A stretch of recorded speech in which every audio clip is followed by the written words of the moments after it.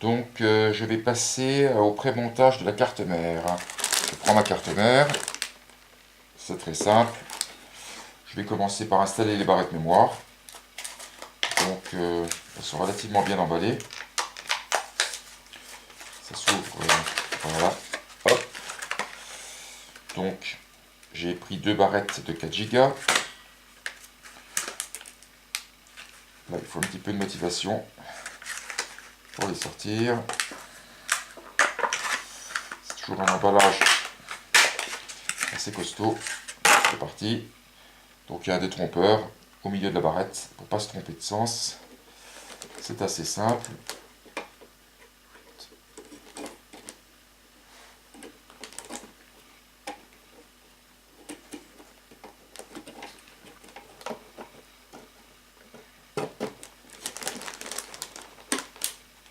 Première barrette.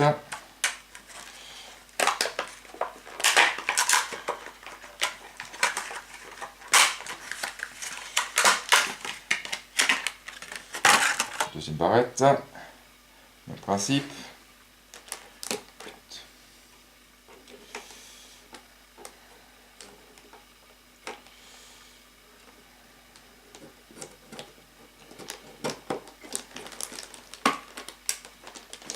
Voilà, ça doit bien se clipser dans les slots.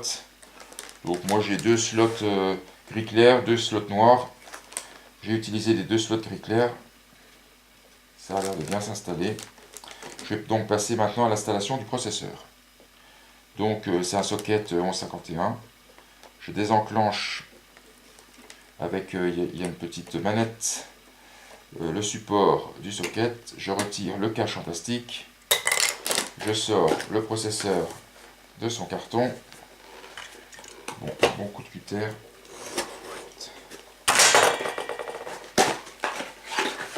Processeur Intel. Avec le ventirad à l'intérieur.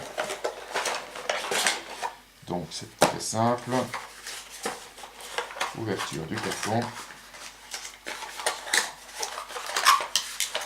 Toujours un peu pareil chez Intel. C'est quand même particulièrement bien emballé. Le processeur également. Processeur dans un simple cache en plastique. C'est suffisant. Donc je sors le proc. J'ai un détrompeur, une sorte d'encoche, deux encoches sur le côté pour ne pas se tromper. Je soulève le socket. Et donc je positionne correctement le processeur. Donc là c'est simple, les encoches sont là. Hop.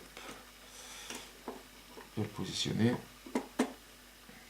Bon, il suffit de rabattre le sort de couvercle. Et ensuite la manette, c'est une sorte de levier qui va serrer le processeur et l'installer dans son socket. Le ventirad, je l'installerai lorsque la carte mère sera au fond du boîtier, parce qu'il y a simplement 4 attaches en plastique. Il suffira de presser dessus pour les clipser. Donc ce sera plus simple lorsque la carte mère sera en place. Donc je vais passer à la fixation de la carte mère au fond du boîtier.